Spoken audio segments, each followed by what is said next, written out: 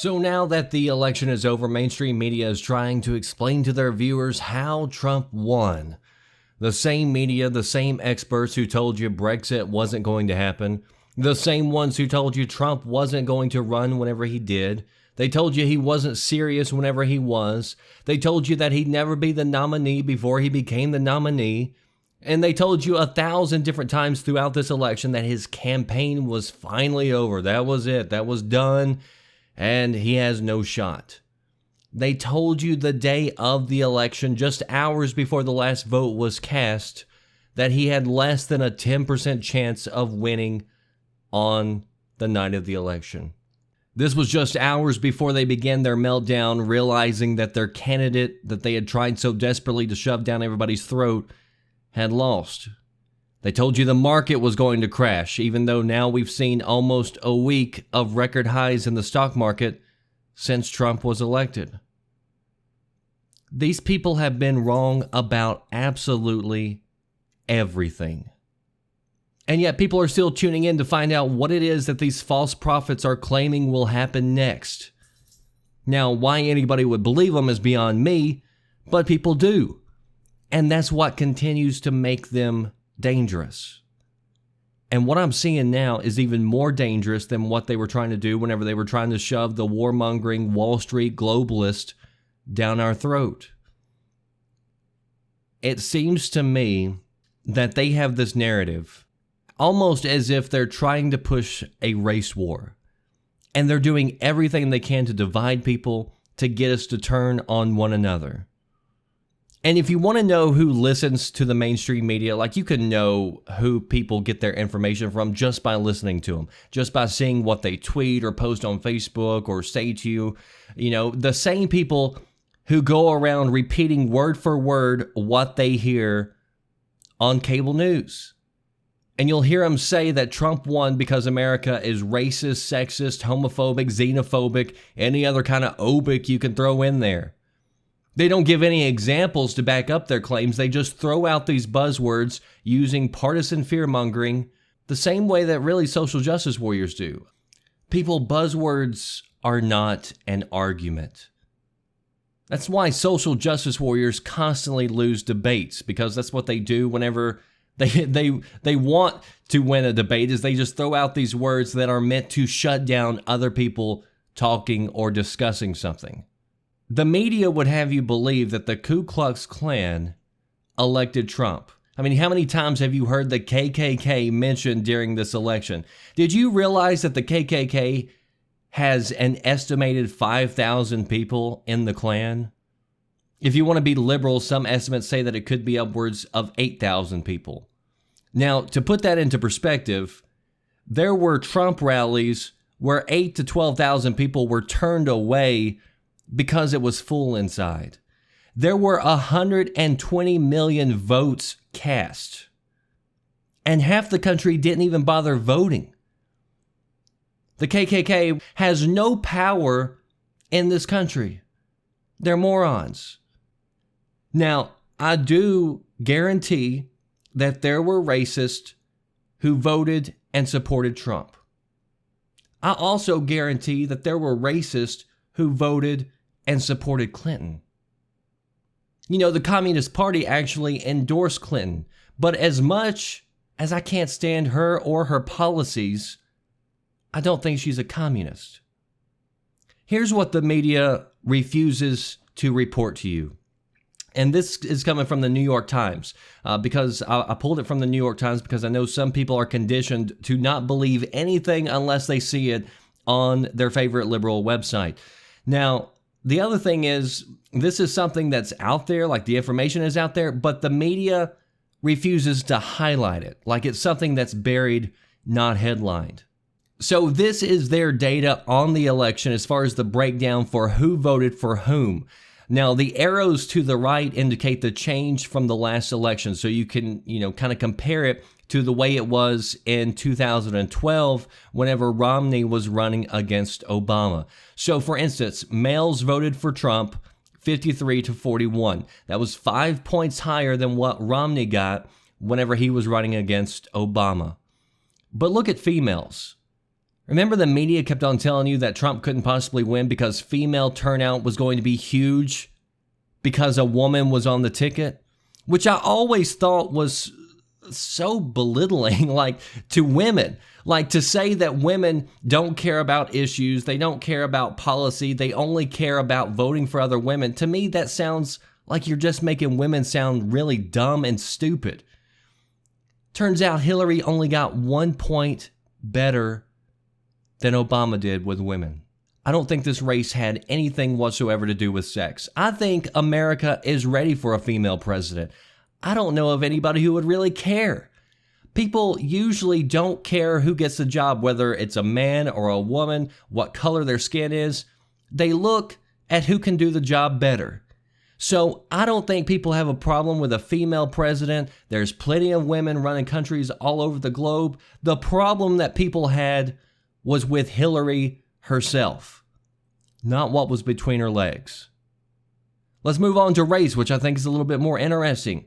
Among whites, which the media claims is basically the only people who voted for Trump, he only got 1 percentage point higher than what Romney got. And actually, if you look at the vote overall, he actually got fewer votes than what Romney got. He got 7 points higher with blacks, 8 points higher with Hispanics, and 11 points higher than Asians. The data shows that Trump won because the people who voted for Obama didn't turn around and vote for Hillary. They voted Obama in twice, and then they went and voted for Trump. Trump could not have won with just the white vote, no matter what the media tries to tell you. He won because Obama voters voted for him.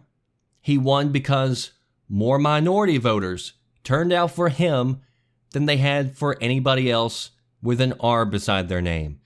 That doesn't mean that he doesn't have a whole lot of work to do, but if you ask anybody who keeps up with this data for a living and you ask them, hey, if you get 8 percentage points higher in a race or a different group, is that not good? They would say that would be remarkable. And it was remarkable. But yet the media kept on pretending, for instance, that there wouldn't be a Hispanic on the planet who would vote for Trump. But it's like I said in my last video, I think a lot of legal immigrants clearly understand the distinction between illegal and legal.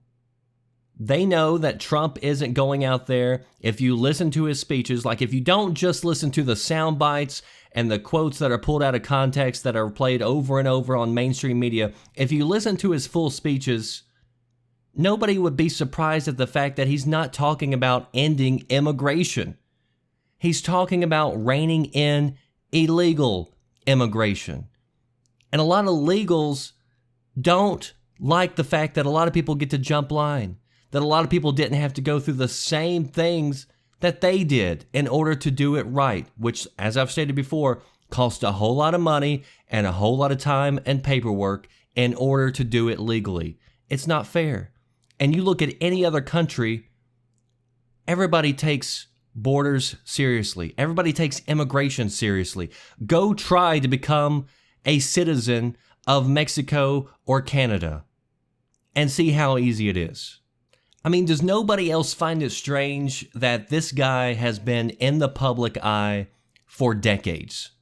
I'm not talking about just whenever he started The Apprentice, which I never even watched, which everybody claims that's where he got his start. He's actually been in the public eye for decades. He's done shows like Oprah. He's been receiving awards alongside Muhammad Ali, Rosa Parks for civil rights, praised by people like Jesse Jackson for minority outreach. Does nobody find it strange that all of a sudden he became this huge racist, sexist, homophobic person the year that he decided to run for office? I mean, where were the protests whenever he had this hit TV show? If he was such a huge bigot, you would think that you would have heard something back then. If you honestly think that just a bunch of racist, sexist, homophobic people voted for Trump, then you better get used to losing, because you are going to continue to lose. Because for the overwhelming majority of people, that had absolutely nothing to do with it. And if you fail to understand these people, then you're willingly living in ignorance. And I think it's a disservice to minorities and to like the gay community and people like that whenever you just throw out these terms and try to slap it on anybody who simply disagrees with you. Because these words are losing their power. There are real racists. There are real sexists. There are homophobes in the world and in the US. And these people need to be addressed. They need to be shown their ignorance. But if you just go slapping that label on everybody who just simply disagrees with you because you can't win a debate, if you think over 60 million people fit within those buzzwords and labels, you're retarded. And this fear-mongering that I see, in large part by paid protesters, which has also been verified that the media refuses to tell you about or to report, but also the fear-mongering mainly from the mainstream media, is absolutely disgusting and largely unfounded. Many of these people who voted Trump are finding themselves going bankrupt just to pay for health insurance. They've watched their communities crumble as jobs get shipped out of the country. And when you don't have a job, you don't have stable income, you're going to turn to other means to make money, even if it's illegal. So these communities are literally falling apart. They see their school system in complete disarray. They see elites breaking the law with no repercussions. They see politicians getting rich by selling out our interests. They see a media who has disdain for them and condescendingly tells them what they should believe while lying straight to their face. They see a government in Washington that doesn't give a fuck about them and has no idea what's going on in their lives because they're in their own bubbles looking down on everybody else. And what Trump did was he went out there and he spoke directly to these people. He was in the streets of Detroit saying, we're going to work on your inner cities. We're going to try to bring back jobs. We're going to try to make healthcare affordable again. And these are the issues that in large part were ignored by the Clinton campaign. And he said it in a way that was unpolished and so unlike any other politician because he spoke in their language. He shined a spotlight on the career corrupt politician. And nobody knows what the future holds. If you're going around saying that Trump is going to do this, he's going to do that, he's going to be the worst president ever, let's be clear, you don't know anything.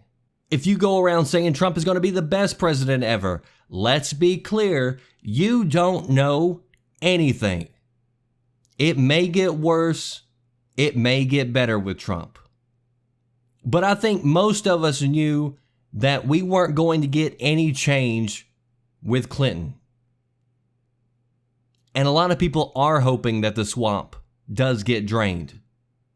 And the pressure is now on Trump to deliver. But if you think this election was about race or sex for the vast majority of Americans, you're as out of touch as the people in Washington that so many people despise. You're as uninformed as the media who has been clueless this entire election. That does it for me, the Red Dragon. I'll see you next time. Thanks for watching. Are you listening? Damn.